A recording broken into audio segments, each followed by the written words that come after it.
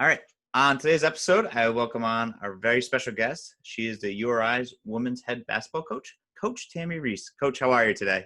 I'm good, Jeff. How are you doing? I'm doing great. Can't complain. It's Friday, That's right? right. Yeah, Fabulous Friday. I love it. yeah, it's awesome. How are you doing during these COVID times? Just to start,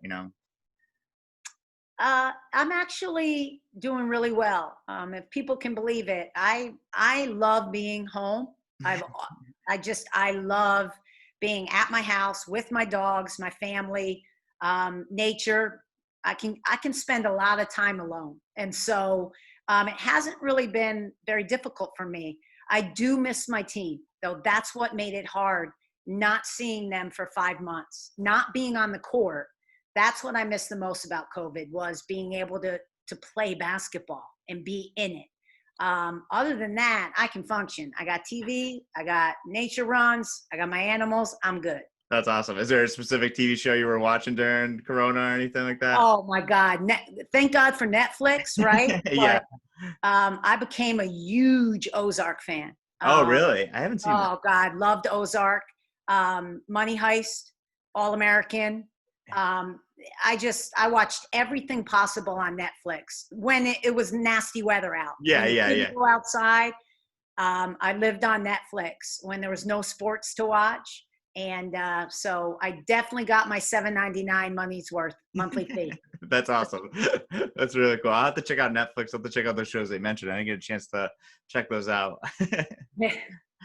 So, Coach, I want to start, first of all, it's like, at what age did you start playing basketball, and how did you know it was your sport?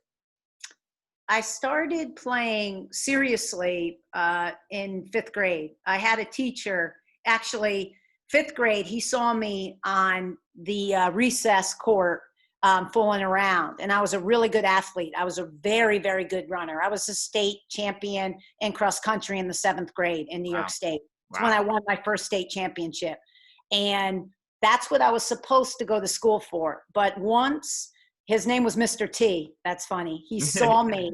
He started training me. And then I got him for a sixth grade teacher. And from that point on, we trained every day for hours. He was the boys coach at the high school.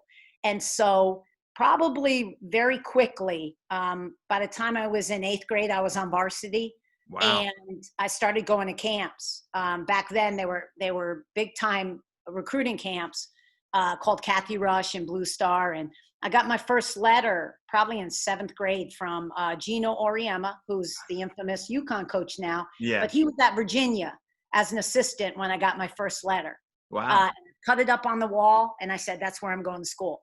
And slowly after that, by the time I was in ninth grade, I had offers from every school in America. And so by the time I was in 10th grade, I quit running, and I totally focused on basketball to try to be the best I could be. And probably I knew by ninth grade that I was pretty good, and I had a shot at getting a full scholarship. That's crazy. That's crazy. They had like offers for like all the schools from all the country, all in the country. That's crazy. What's that like? Like, how many letters does that pile up? Like, Oh, back then when you Yeah. didn't have cell phones, right? Yeah. I'm dating myself now because I'm old, Jeff. No.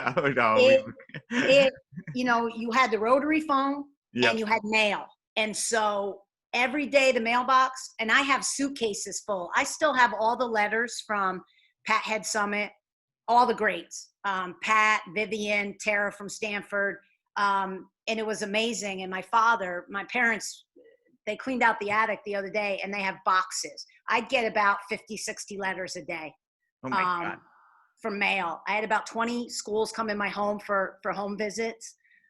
It was just absurd because mail was really the only way you could touch someone every day. The Yeah. phone, the rotary, I could run away from that. Yeah. It's really hard to run away from these. Yeah. And so those were the two ways of communication, but it was insane. If you were home in the evening, that phone never stopped ringing. Oh my God, that's crazy. That's a whole different world. Yes, it was. That's wild. So you end up going to Virginia. You chose Virginia, and what was your time there? Because you were part of a team that made some Final Four appearances and you won some conference championships. What's it like to be a part of those? And what was your time like playing in the Final Four as well? Well, I tell people to this day, if I had to choose to do it all over again, and we never won a national championship, we lost every time we went to the Final Four, unfortunately, I'd still pick the same school. I had the best student athlete experience I could have possibly had, both from a basketball standpoint, from an academic standpoint. The UVA is just incredible, but then just my time there with the people there, I had so much fun. It was a blast. My teammates, my friends in the school, Yeah. I had the best balance of everything. And so it's the reason I coach today, because of what it taught me and what my coach gave me. But my time at UVA I cherish it. I have the best memories ever, and I have some of the best friends from my time there. Basketball, to win the first championship for a school, they were always good. They were always right there. Yeah. They had never won an ACC championship, regular season or the tournament, and they had never gone to a Final Four. And when I talked to Dawn, it's a reason why both of us went there. We had the same goals. We wanted to be part of the history of the school, not another horse. If I went to Tennessee, I would have been a one of 1,000. Yeah. I've already done it. And I may be a little vain. I wanted to be the one. I didn't want to be the one of many. That's and awesome. So, when we won that first championship, it was like so gratifying. We were the first to do it. First Final Four, we were the first to do it. First All-American backcourt, we were the first to do it. And so everything I was looking for, all my goals, all my dreams, they came true at UVA. And to this day, again, I'd do it all over again. I'd pick that school with that coaching staff and that team. That's awesome. That's so cool. That's such a great experience. And I like the competitive edge of that. Like, I want to be the one. That's just like that Jordan mentality. That's that mentality is like, I want to be number one. I don't want to be one of many. I want to set the precedent. Yeah. And, frankly, I tell that to the kids now. Rhode Island's never won an A-10 championship. Yeah. I don't think there's ever been a player to play in the WNBA from Rhode Island. And so an All-American. So when I'm recruiting kids and I'm trying to sell them the dream and the vision, it's what I was sold. You got to get a special type of kid that's got that confidence and wants that on their shoulders. Yeah. Okay, I could probably go here and split time and do this and do that. I want to go there, and I want to be the one that my face and my name will ever be remembered at Rhode Island. We will leave our legacy as a class. And that's what we're trying to do here. We're selling that vision and that dream to kids that we are going to turn this around. And you could be the ones to leave your legacy and really do something special. I love it. And I'm glad that Rhode Island has you as a coach. It's awesome. It's going to be awesome. Once things get going, I'm so pumped. You're doing such great things here already. And it's just more amazing, the more steps that are going to come up for the Rhode Island season and when things actually do come into play. Well, thank you so much. And it's been really, really great to have people be receptive to our new coaching staff and really be really, really supportive, not just the university, but our community and people that have not been fans before. Maybe they followed the men's team and they like URI, but they've slowly come around and we've gotten so much positive support and we really, really appreciate it. I always say this, I don't care what people think about me and the job I'm doing, but our young women, I want people in the community to support them because they work really hard and they try to be great leaders and role models for the school and the community. And so that's important to me, that they get positive support. That's awesome. Yeah. And I think things just sounds great. And I can't wait to come to a game this year once things open back up. I hope we can come into the stadium as well too. I hope so too. Yeah. That'd be really. We're going to be pretty good this year. I want fans to see us. Oh yeah, we'll definitely be there. I'll bring some people I know. So I got some friends that are big basketball fans all over. We love basketball period, no matter men's or women's. We'll be there. If no one's allowed in, I'm about to hire my own camera crew. And we're about to go live, and I'm going to stream it. We'll have our own channel and everything. I'm all for it. I'm about to hire my own on-air talent, grab a DJ, and we're going to be good. That's great. I love it. That's going to be awesome. I can't. Well, either way, we'll definitely catch. I'll be watching games. So no matter what it is, if it's through how you want to do it or if we're allowed in, I'm in. Good deal.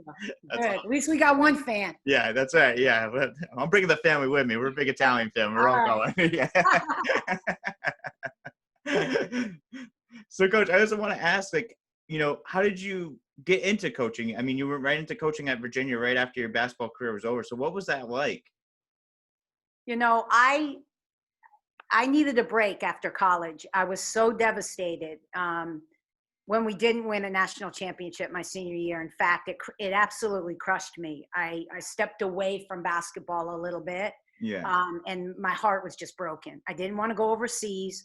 In fact, I didn't want to see a basketball for a while. And so I kind of pursued acting. And I went up to New York and I got into drama school. I had an agent and I literally started landing national commercials, fitness modeling. And so when my college coach, Debbie Ryan from UVA, came around and called, I was doing my thing in New York, 1 year removed from school. Yeah. And so my father, I did when I was younger, and I still to this day, I'm a daddy's girl. I always tried to please my father. I always wanted to make him proud. And so when that coaching opportunity presented itself, he was like ecstatic. He could get back into basketball. And so I took it and went back. And if there was one thing I wouldn't have done, I probably wouldn't have gone back, looking back now, because it was very difficult. All my friends were still on the team. I'm 22 years old, just removed out of college. Yeah. And I was an immature 22-year-old, meaning I was stubborn. I wanted to do things my way. I didn't want to hear about rules. I just wanted to live my life. And so that structure of being a coach and living like you're 36, Yeah. it didn't fit where I was in that point in my life. And so even though I went back and I coached a couple of years and I was successful, learned the business, now that I will take. It really did teach me the business and teach me the ins and outs, but I wasn't ready to be a coach. There were so many more things I wanted to do that, again, I took that job for the wrong reasons. And so I got out of coaching from there and went back to acting in LA for a while. But looking back, I probably shouldn't have taken that job. I was a little young and I wanted to do a couple other things on my bucket list before I settled down into a profession. Yeah. That's understandable. I mean, 22s, it's tough. You're young age. I mean, I'm sure you have a lot of structure of college basketball and wanted to kind of just experience something different. So I definitely understand where you're coming from in that standpoint. Was it always tough with that transition too, of coaching and from being a player? Did you ever want to get on the court and play too as well? Or is that just or you just kind of? No, at Virginia, I really did play a lot. I ran scout and I gave it to them. Like you can ask anyone on the teams back then.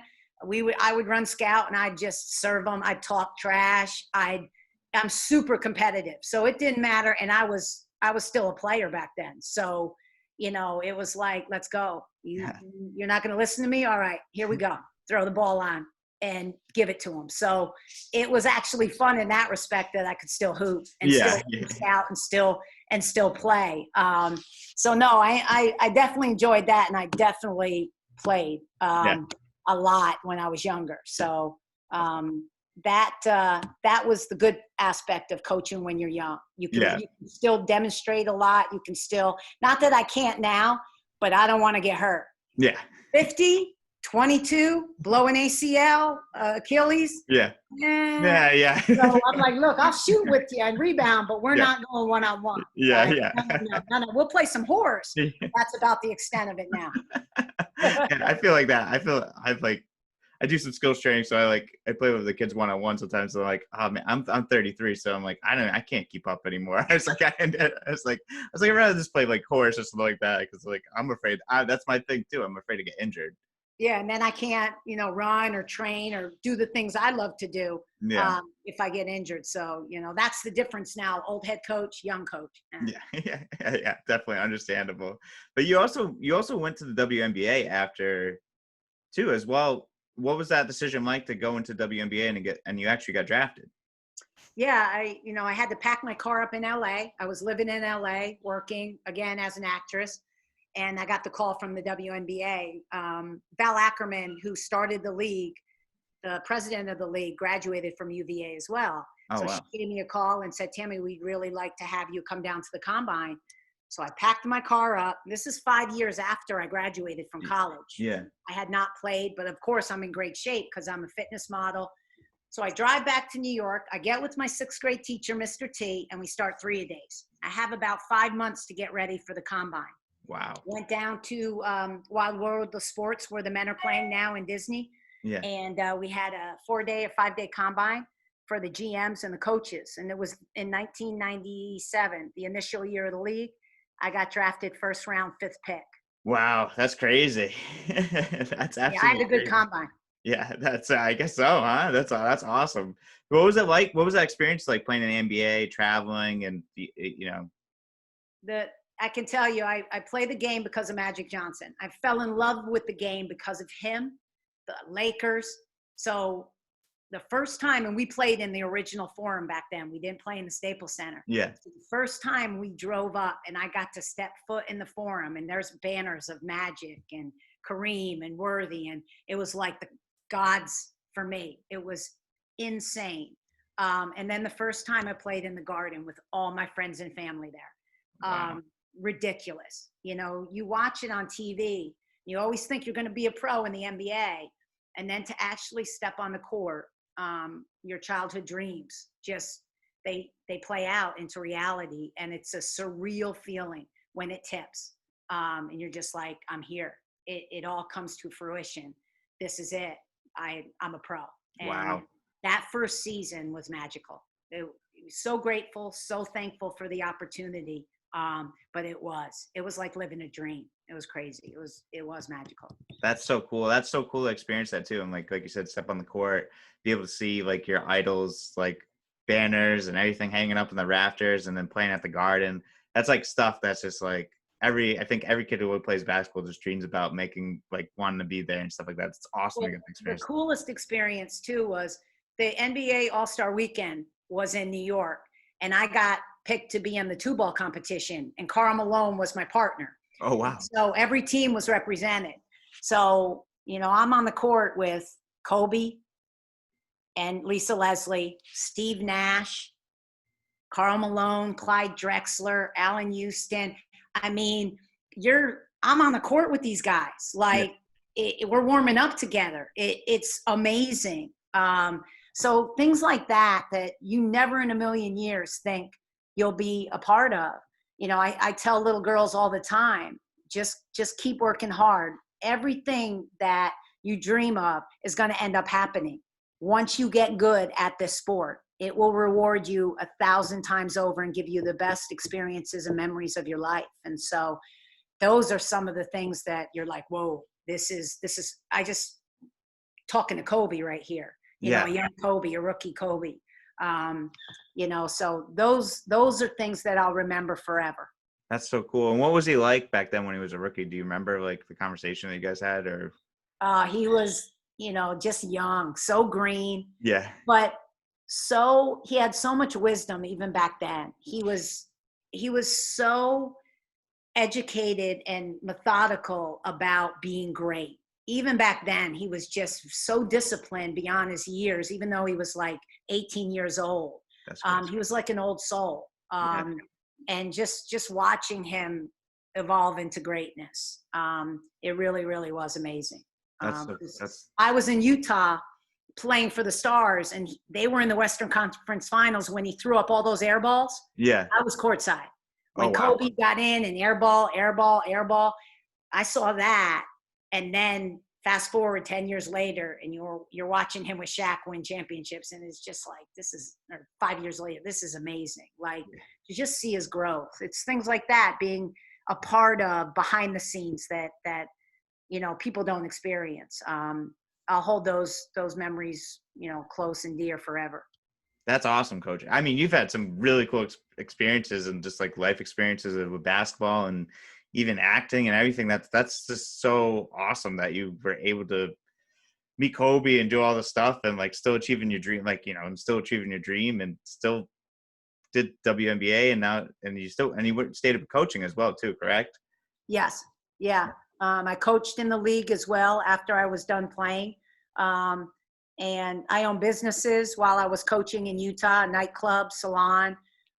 Again, I tried to do as many things while I was younger as I possibly could. Yeah. Whether you succeed at them, fail, that's the time to do them. Yeah. You don't Yeah. have to worry about your 401k when you're 28, 27 years old. You don't have to worry about stability. You go out and you have life experiences. That, again, all those things I did in my 20s and 30s, they've molded me into who I am now. And I really rely on those experiences a lot as a coach, not just coaching X and O's and all the, you know, the easy things. It's the business aspect of coaching, managing a budget. It's the relationshiping of people in general. It's, you know, being a mother to all these young women, and having as many experiences outside of basketball gives you a better reality of what's important. Sometimes we get so caught up in winning and money and accolades and all these materialistic things. That's not why I coach. It's not. And so my life experiences have taught me something different. And it molds you into who the coach you are. And all those things I did in my 20s and 30s have really molded me and given me the wisdom now to be a head coach, and kind of how I am as a person and a coach. So I rely heavily on all of them. That's awesome. That's so cool that you're able to pass along that knowledge and everything that you're able, that like everything that you experienced has molded you into the person that you are today. And what would you say, like, with all the experiences, what did that do for your coaching philosophy, and how does that, like, that changed? Like, has that changed over the years, or is that, like, you know, stayed the same? No, actually, it's changed greatly over the years. When I was a younger coach, back in the early 90s, when I first got into coaching, it was, we call it old school. It was my way or the highway. It was very dictatorship. You could push kids really, really hard, coach them hard. You really weren't worried about the language you used, the tactics you used, whether it be, you know, extra punish running, things of that nature. Yeah. And you really didn't think about the psychology of coaching, Yeah. or the philosophy of coaching. It was just, you won and you coached. Yeah. Then things kind of morphed as generations went on. And now we have a new generation of young people that are taught differently, that respond differently. We have things you really need to be concerned about now, especially in this climate that we live in. And so from my life experiences now, I'm really more conscious of the psychology of the student athlete, of the philosophy of how do I reach as a teacher, not so much as a coach, but as a teacher. How can I help my players get better and really reach them? And so my philosophy really has changed. Younger, I was all caught up in being the best, winning. I wanted to be rich. I wanted, you know, all those things when you're young, you know. Yeah. And then as I've gotten older, I found out what's important. And to me, especially through life experiences. And really, I found out that money doesn't change anything. It doesn't make me happy. Yeah. Relationships make me happy. My family makes me happy. Health makes me happy. And giving to people, having great relationships with people make me happy. Seeing people I've influenced succeed make me happy. And so that's why I coach. And now my philosophy has changed. I don't always have to be right. Yeah. I don't always have to control everything. And it gives me a better understanding of how to reach my student athlete. I listen more to them. And I'm more cognizant of their mental health and their well-being, where earlier in coaching, not so much, probably. And so now my philosophy has completely changed. Some ADs don't want to hear that. Yeah. Theirs hasn't. We win and we make money. Yeah. Other ADs, I love that you take care of the student athlete, and that's, you put that first and foremost, and other ones are right in the middle. I need a great balance of both. Now, I hope I'm right in the middle. Don't get me wrong. I want to compete and win. Yeah, yeah. And I think I have a better understanding of how to help my student athletes get there and not push them there. Yeah, yeah. So that's where I've changed in my coaching philosophy. That's amazing. That's awesome. And so you're so right about how times have changed. It's a different generation that you're working with, and you have to focus on different things. And it's like it's just experiencing from my experiences and like hearing from other coaches as well too.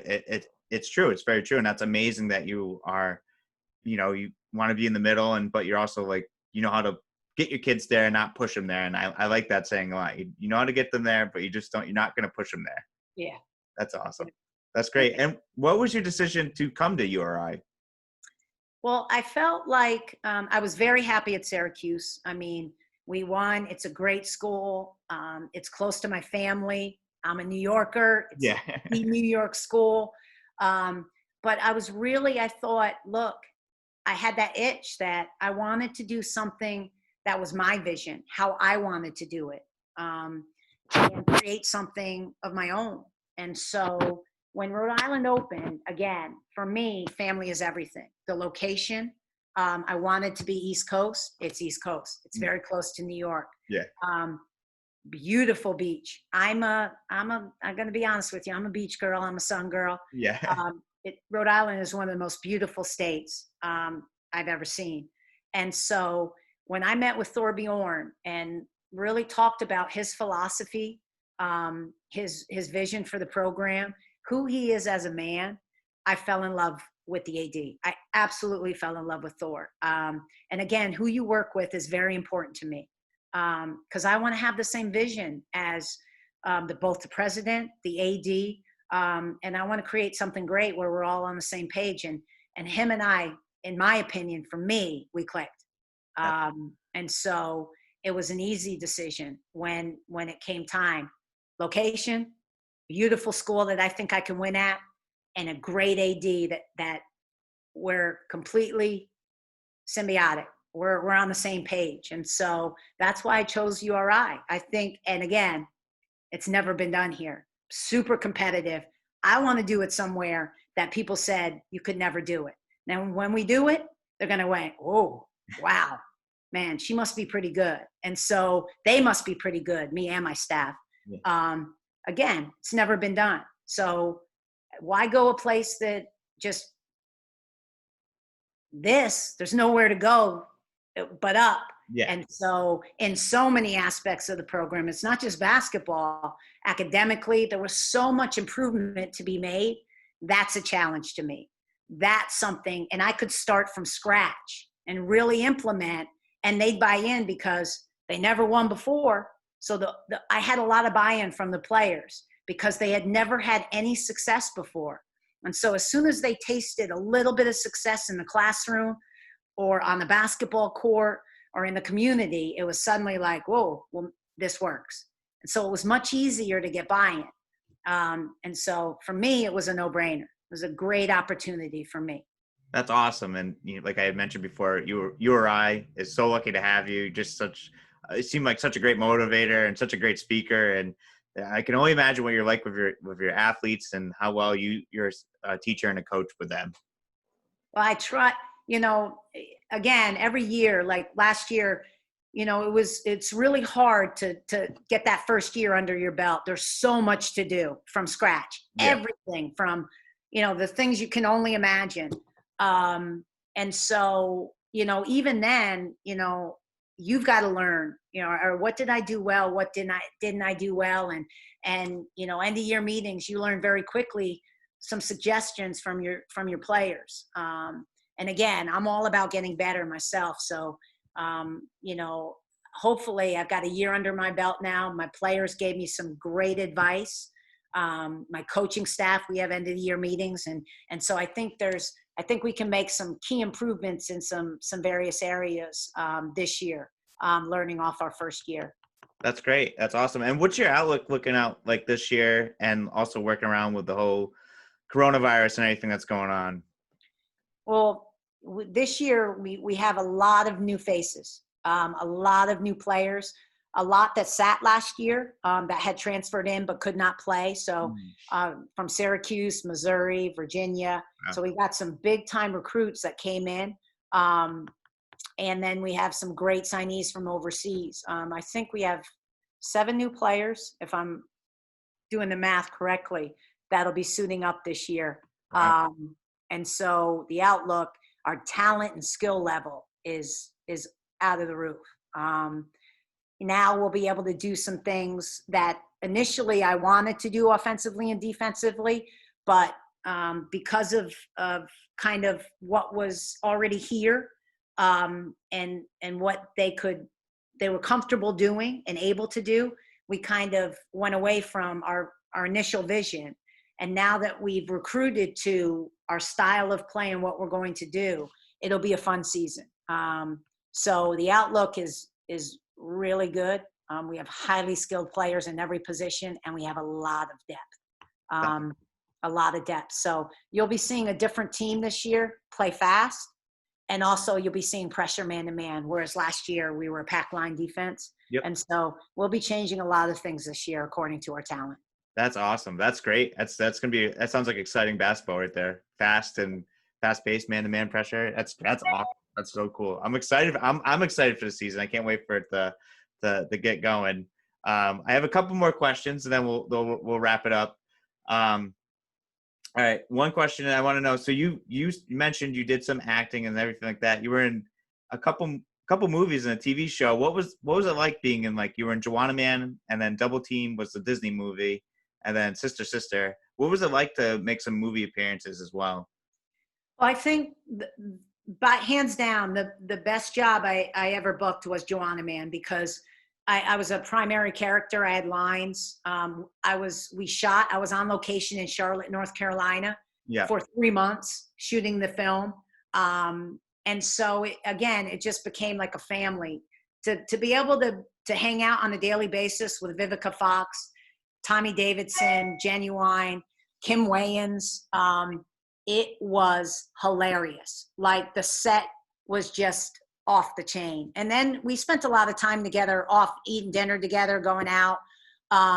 It was one of the best experiences. You talk about experiences, one of the best. They let me to sit with the producers. Even if I wasn't shooting that day, I could watch every scene. I learned what producers do. I watched the director. I really learned a lot on the movie set. And that was 3 months. It was incredible. That's so cool. Of course, then anything after that, TV shows are great, commercial work's great, but that movie was probably, again, 3 months of just pure fun. I was like a kid in a candy store every day. That's awesome. That's so cool. That was really cool. I was like looking into your background. I started that. I was like, what? I didn't know that. And being in Utah when I was a player and a coach, Disney actually has studios out there. They shoot a lot. So I was on Touched by an Angel. They shot out there for years. But Disney, that's where Double Team was filmed. And that's actually a movie about my 2 teammates at Virginia, Heather and Heidi Burge. Oh, was it really? So that was kind of funny. I played the volleyball coach and in a movie about my 2 teammates. So it was pretty cool to be a part of that. So I got a lot of work in Utah because, again, cheap to shoot production there, and a lot of people came up and shot movies and television shows there. That's really cool. That's so cool. All right, last question here. What is your favorite thing to do around Rhode Island and outside of basketball? My favorite thing in Rhode Island, I have a couple things. Yeah. Number one is go to the beach, obviously, Bonnet Shores. The club down there is phenomenal. Yes. All my friends in my neighborhood, they are members down there, so that's nice. And then I love to go out and eat seafood in Rhode Island. Amazing restaurants, and not chains, real restaurants, mom and pop shops, their own business owners, and like Matunic Oyster Bar, East Greenwich Oyster Bar, the list goes on and on. Like, I love seafood, and so for me, this is like heaven. I got the beach, I got the seafood, and it's just, again, it's beautiful living, especially in the summers. That's awesome. Yeah, yeah. Seafood, you can't beat the seafood around here. And like you mentioned, the mom and pop shops. It's so crazy to go out. Like I've been to the Midwest before. I lived out there, and it's a bunch of chain restaurants. But you come here, it's all like homemade stuff, like Italian restaurants, seafood restaurants. Anything is good. Yeah, up in Providence, your Italian restaurants again are incredible. Yeah, It's a beautiful, and there's so many quaint towns, little like main streets in so yeah. many different boroughs. Like East Greenwich has one, and then you go down to Coventry, or you go, and they're just great. Like we said, mom and pops, you go get fresh ice cream and walk around. And as you get older, I've become a foodie, so I really enjoy great atmosphere, good friends, and great food. Again, that's what's important to me. And so Rhode Island is a beautiful place to do it. My family loves it here too. My parents come up, they don't miss a game. And again, they get to enjoy Rhode Island, and they love it here as well. That's awesome. Yeah. And, Coach, I mentioned this before, Rhode Island, University of Rhode Island basketball team is so lucky to have you. I can't wait until the end of the season when you guys are hosting the A10 championship and, we'll make that tournament appearance and make some noise in the NCAA tournament. Well, we are setting our goals this week. We get in the gym on Monday for practice, and for sure, those were our goals talked about in our team meeting last week. Was all right. Enough with the process. Now it's time, to show up and now compete to win everything we do, and that's winning an A10 championship, winning the tournament, and getting to the NCAAs and making some noise. So those are definitely our goals now, and they're within reach. So Jeff, I appreciate you having me. Love talking to you. Anything you need, brother. How many tickets? I got you. I appreciate it, Coach. You got my phone number. Yeah, I appreciate it. I thank you so much. I will be there. I definitely will be there. And if I'm not there, then I'm going to have to find out that link that you have of filming the live game. So I will watch either way. So I promise. Don't worry. I'll put it together. Somehow, some way, we'll get a production going. All right. Sounds great. I'm your biggest fan now. So.